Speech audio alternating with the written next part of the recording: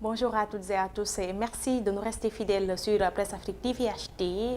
Bonjour, il est 10h et c'est parti pour le journal DJT que nous démarrons effectivement avec du sport.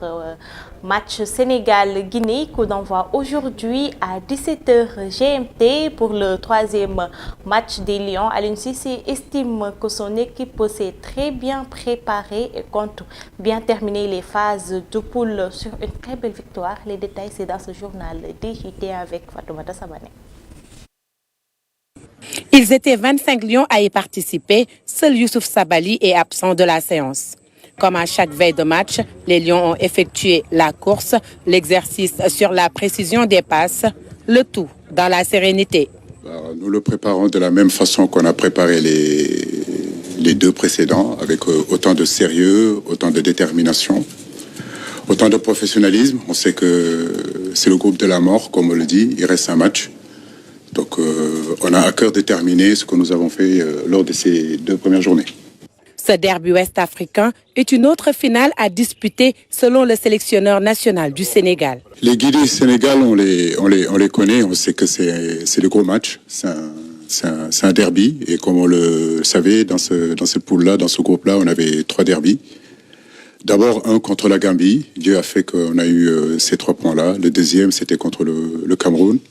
Effectivement, nous abordons le 3e derby contre la Guinée. Voilà, c'est, comme je le disais tout à l'heure, la même envie de bien terminer ces phases de groupe. C'est pratiquement 2 équipes qui se sont qualifiées. Maintenant, comme je le dis, le 3e match, c'est un match important. Ça nous permet, si vous voulez, de consolider les acquis que nous avons eus lors de ces précédents matchs. Au sein des joueurs, je pense qu'il n'y a rien qui change. La mentalité, c'est peu importe le match contre qui on va jouer, ça reste la même. Après, tout le monde est très concentré, même si on est déjà qualifié, très impliqué, et puis on le montre à l'entraînement. Et puis on aura à cœur de bien terminer ces phases de poule. Rester sur cette dynamique de victoire est primordial pour Aliou Cissé. Il souligne que ses joueurs resteront concentrés et conquérants.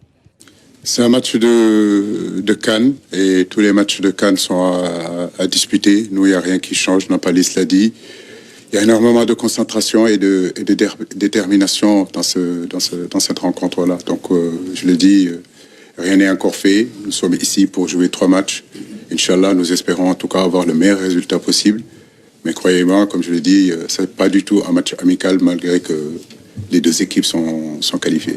Par ailleurs, Aliou Cissé a réitéré son respect pour la sélection guinéenne et a rappelé les liens qui unissent les 2 peuples.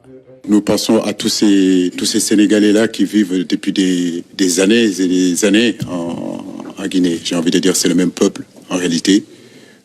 Mais une pensée aussi à tous ces Guinéens qui ont immigré au Sénégal aujourd'hui, qui sont sénégalais. Donc justement, je fais un appel à tous ces peuples-là de savoir que ça reste un match de football et que quoi qu'il puisse se passer à la fin de cette rencontre-là, nos peuples sont pareils, nos peuples sont ensemble depuis des décennies, depuis des siècles.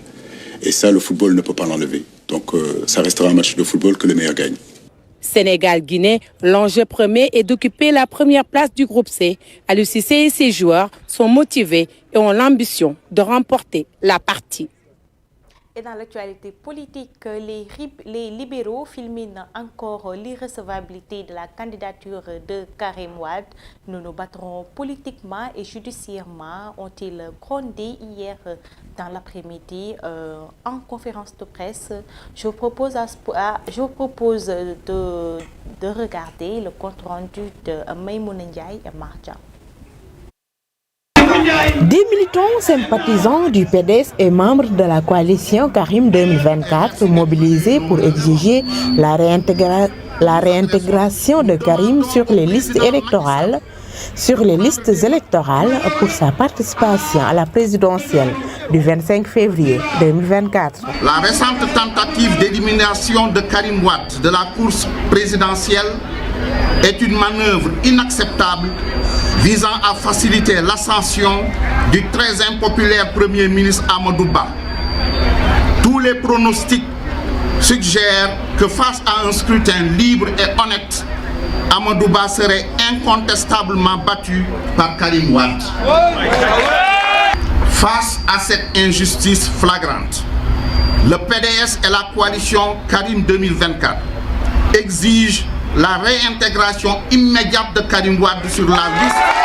Mieux, le porte-parole du jour demande la dissolution du Conseil constitutionnel pour réparer ce qu'il qualifie de conflit d'intérêts. Nous soutenons la demande des députés du PDS de créer une commission parlementaire pour enquêter sur les circonstances de cette disqualification, notamment sur les soupçons de conflit d'intérêts, de corruption et de collusion au sein du Conseil constitutionnel. Nous demandons au président Macky Sall de prendre des mesures immédiates pour remédier à cette crise, notamment en révoquant le Premier ministre Amadou Ba qui utilise son pouvoir pour manipuler l'élection et éliminer des candidats. Le PDS et la coalition Karim 2024 avertissent l'opinion.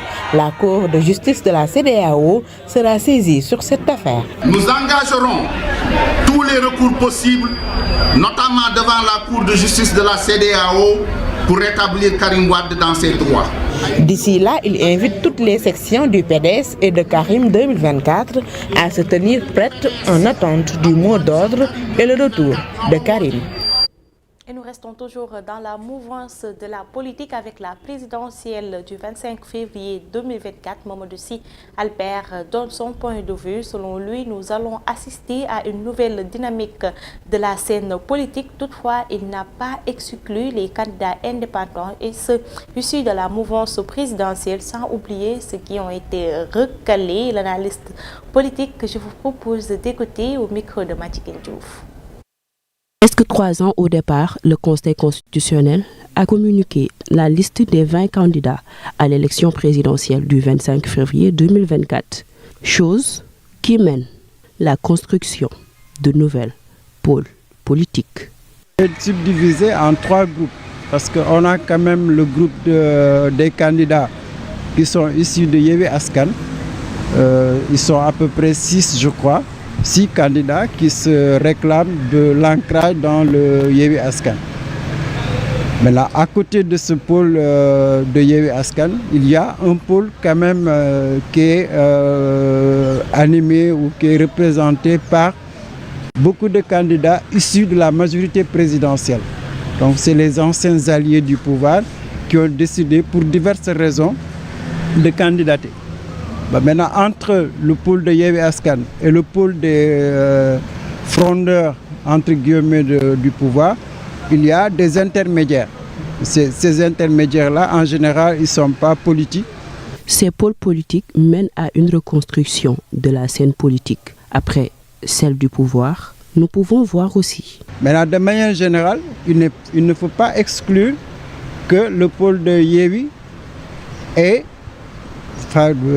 connaissent une recomposition avant ou après, si jamais il y a un second tour. Donc là, il y aura recomposition de Yewwi Askan. D'un autre côté, ceux qui viennent du pouvoir, même s'ils vont compétir au premier tour, c'est fort possible qu'en cas de deuxième tour, tous ceux qui viennent de la majorité présidentielle retournent soutenir si c'est le candidat de Benno qui passe au second tour. Il ne faut pas exclure les candidats qui ont été éliminés.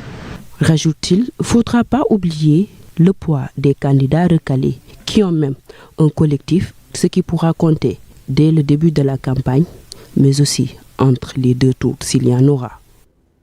Et pendant ce temps, les organisations de la pêche artisanale et industrielle du Sénégal, membres de la coalition pour la pêche durable, ont organisé une cérémonie de signature de la charte de 13 proies pour une pêche durable. L'objectif de cette charte est de préserver les ressources marines. Les acteurs de la pêche comptent la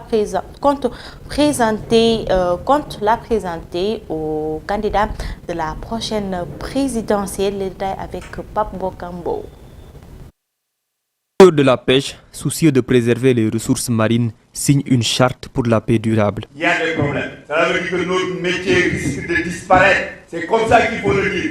La charte est constituée de 13 points, dont le plus saillant est le gel des licences de pêche industrielles. L'exploitation du gaz et du pétrole risque également de plomber l'activité des pêcheurs. Mettre en place des mesures de mitigation des risques liés à l'exploitation du pétrole et du gaz et attribuer au secteur de la pêche un pourcentage issu de l'exploitation du pétrole et du gaz pour appuyer la gestion durable des pêcheries et les mesures de sauvegarde sociale.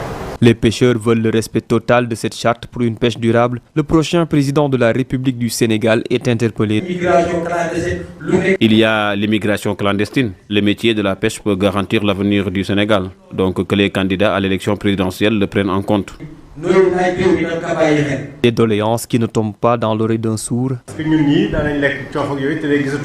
Il y a des espèces de poissons qui ont disparu. On a un intérêt en commun. J'exhorterai les candidats de F24 de prendre vos doléances en compte.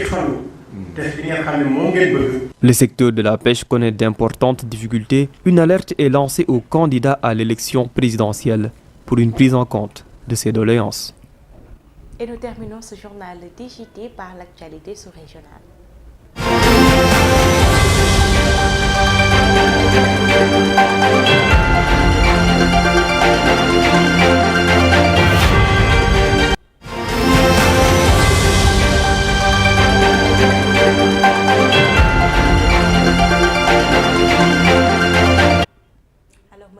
Oui, bonjour Amina. Ça va? Ça va très bien. Et merci. nous démarrons l'actualité sous-régionale au Libye où un tribunal repère une fois de plus les procès d'Abdallah Senoussi, classique du régime de Kadhafi. Oui, Amina, à Tripoli, la justice a renvoyé hier lundi pour la 11e fois consécutive le jugement d'Abdallah Senoussi, ancien chef du renseignement militaire de Kadhafi et ancien numéro 2 du régime, la milice chargée de la surveillance de la prison et qui dépend du ministre de l'Intérieur, refuse d'appliquer l'ordre de la justice de le transférer de sa prison au tribunal d'Abdallah Senoussi est accusé de crimes de guerre par les révolutionnaires du 17 février 2011 et cela pour l'oppression lors des manifestations qui ont eu lieu contre le régime libyen durant cette même année. C'est son avocat qui a annoncé le renvoi lundi de la séance de la cour d'appel de Tripoli au 29 janvier, faute de la présence du prévenu qui est emprisonné à Mitiga à Tripoli depuis 2012. Atteint de cancer, la famille Senoussi a appelé à plusieurs reprises à accélérer son jugement ou à la libérer pour les raisons de santé. Il accuse l'actuel pouvoir de vouloir le laisser mourir en prison car il détiendrait des mêmes secrets que le colonel Kadhafi et ce serait donc selon les proches Washington et Londres qui sont les instigateurs la pérennisation de sa détention. Rappelons que la semaine dernière plusieurs manifestations ont eu lieu en Libye réclamant la libération des responsables de l'ancien régime qui n'ont jusqu'à aujourd'hui pas eu le droit d'être jugés. Au Bénin, le président Talon rencontre les groupes parlementaires.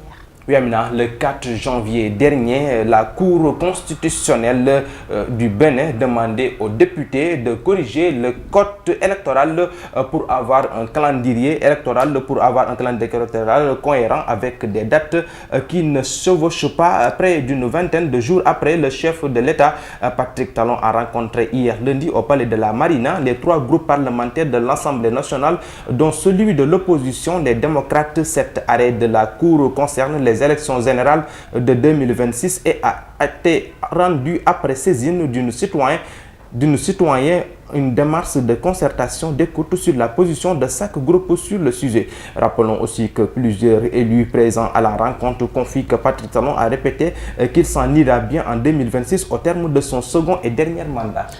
Au Cameroun, démarrage timide de la campagne de vaccination anti-paludique. Oui, Amina, c'est une campagne historique que le Cameroun a lancée hier lundi contre le paludisme. Le pays est désormais le premier au monde à appliquer la vaccination systématique des enfants en dehors des essais cliniques contre la maladie transmise par les moustiques. Selon l'Organisation mondiale de la santé, il s'agit d'une étape cruciale dans la lutte contre le paludisme. Le paludisme tue plus de 600 000 personnes chaque année à travers le monde et 95% de ces cas se situent en Afrique. Ils sont pour la plupart des enfants âgés de moins de 5 ans. Et on termine par le sport. La Côte d'Ivoire humiliée hier 4-0 par la Guinée équatoriale. La troisième journée de la phase de poule a tourné au cauchemar pour le Côte d'Ivoire. Le pays hôte a été laminé par un score de 4-0 par la sélection nationale de Guinée équatoriale et l'un des bourreaux de la Cameroun et le capitaine Emilio Nsou qui a trouvé le chemin des filets à 2 reprises au cours de cette rencontre.